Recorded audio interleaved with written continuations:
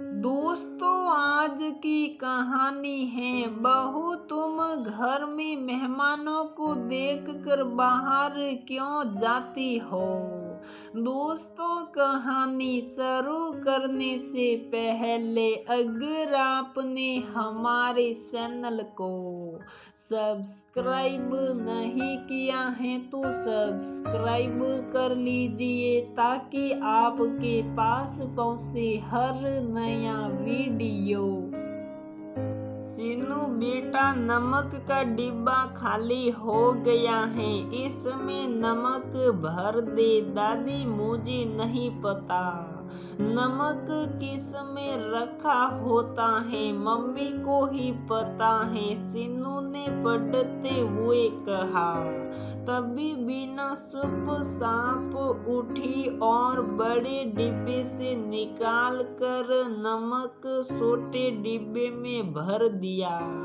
वापस अपने कमरे में आ गई। जाकर बैठी ही थी कि सीनू बेटा, तेल कहाँ है? मुझे मठरी बनानी है, योगेश को बहुत पसंद है। इस बार सीनू कुछ नहीं बोला, फिर से बिना उठी कढ़ाई में ही तेल डालकर और गैस जलाकर आ गई। सीनू, मुझे भूख लग रही है, खाना परोस दे, बड़ी देर हो गई है। बीना ने खाना गरम करके परोस दिया, पर कलावती जी के मुंह से खाने की तारीफ के लिए एक शब्द भी ना फूटा। बीना अपनी सासू माँ की इसी आदत से परेशान थी। रहती वो गांव में रहती थी, पर जब भी बीना के पास रहने आती तो उसकी अपेक्षा करती थी। रसोई हो या घर हो, हर सामान कहाँ रखा है ये सिर्फ बीना को पता होता था, क्योंकि वो ही पूरा घर संभालती थी। सीनू तो अभी 12 साल का बच्चा है, उसे कुछ पता नहीं होता था और योगेश अपनी नौकरी में ही लगा रहता था। बीना को यही शिकायत रहती थी कि उसकी सासू माँ सीधे उससे किसी भी सामान के लिए नहीं पूछती थी। उन्हें लगता था ये घर तो बेटे का है, पर इस मकान को जिसने घर बनाया वो उसी बहू को भूल जाती थी। बिना कुछ भी बनाकर खिला दे, कभी तारीफ नहीं करती है। अगर कोई चीज पसंद आ भी जाए तो उसकी रेसिपी योगेश से पूछती कि ये नई चीज कैसे बनाई है। योगेश भी अपनी माँ की इसी बात से परेशान था। जाने कौन सा अहम है जो बीना को पूछने से रोकता था। बीना ने कई बार योगेश को भी बतलाया कि मेरे साथ माँ का व्यवहार कुछ अजीब सा रहता है। योगेश भी बीना को ही समझाया था कि कुछ दिन के लिए आती हैं तो कुछ कह भी नहीं सकते हैं। कोई बात नहीं बीना, अगर माँ किसी से भी कुछ कहे तो समझ लो वो तुम्हें ही कह रही हैं। थोड़े ही दिनों की बात है, बीना भी धैर्य रखती। एक दिन बीना की सास कलावती देवी ने पड़ोस की कुछ औरतों को साए पर बुलाया और सीनू को बोल दिया कि सीनू बेटा, शाम को मेरी सहेलियां साए पर आ रही हैं। सीनू उस वक्त गाने सुनने में व्यस्त था और बीना बाथरूम में नहा रही थी। नल खुला हुआ था। पानी की आवाज में किसी ने भी कलावती जी की बात नहीं सुनी। कलावती को लगा बीना शाम को शाही नाश्ते की तैयारी कर लेगी। वो बेफिक्र थी। बीना 4 बजे सीनू को ट्यूशन छोड़ने गई और वहीं से सब्जी लेने निकल गई। इधर घर पर कलावती जी की सहेलियां आ गई। वो बीना का ही इंतजार कर रही थी। जब काफी देर तक बीना नहीं आई तो कलावती जी ने खुद ने ही चाय बनाई और घर में जो नमकीन बिस्कुट रखे थे वो ही चाय के साथ रख दिए। सभी सहेलियों को कुछ गरम नाश्ते की उम्मीद थी। कलावती जी मन ही मन शर्मिंदगी महसूस कर रही थी। सभी सहेलियों के जाने के बाद बीना घर पर आई तो देखा कलावती जी बहुत गर्म हो रही थी। तेरे कलेजे में ठंडक पड़ गई।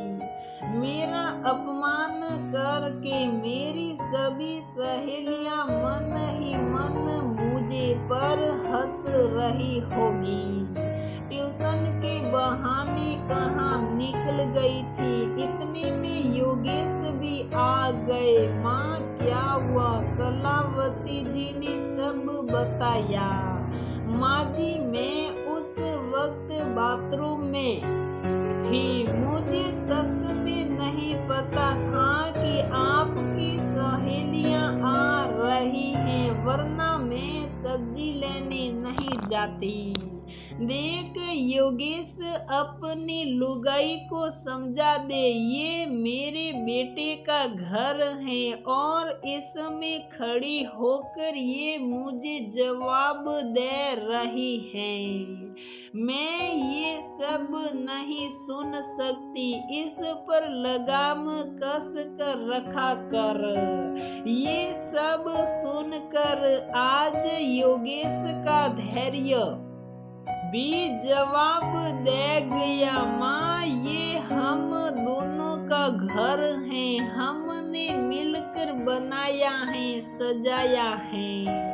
बिना के बिना ये घर नहीं है। आप बार बार यही कहते हो बेटा का घर है तो इसको बुरा नहीं लगता होगा। ये इस घर की मालकिन है। इसका पता होता है कि चीजें कहाँ रखते हैं। ये पूरा घर संभालती हैं। आप इससे बात नहीं करते हो, इससे हमेशा नाराज रहते हो, फिर भी ये सब चुप साप सुनती हैं। माँ, आप एक औरत हो, आपको तो ये पता ही होगा कि अकेले बेटे से घर नहीं बसता।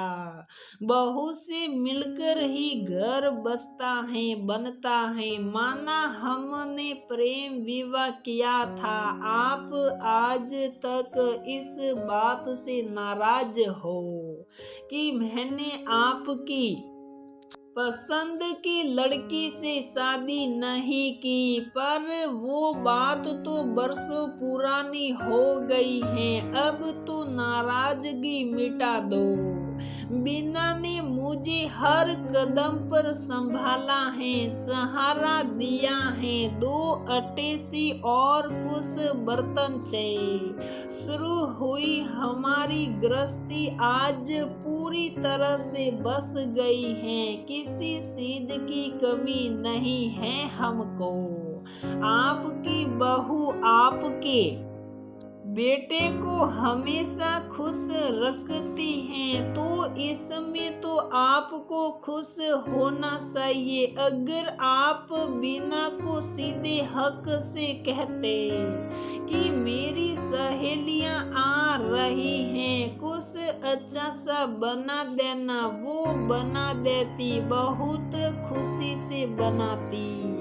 इसमें बीना की कहाँ गलती है? वो तो सुबह से रात आपके आगे पीछे होती रहती हैं। आप काम सीनू और मुझे बताते हो, पर उसे बीना ही पूरा करती हैं। माँ सालों से यही चल रहा है, अब तो अपने आप को बदलो, बीना को अपनाओ। अब आपकी बहू यही है, यही परिवार की मुख्य धुरी है। पूरा परिवार बीना पर ही निर्भर है। आप ये ही कहते हो पोता मेरा है, बेटा मेरा है, तो उस पोते को जन्म देने वाली बहू भी तो आपकी ही हुई। उस बेटे के सुख दुख में साथ देने वाली पत्नी भी तो आपकी ही हुई।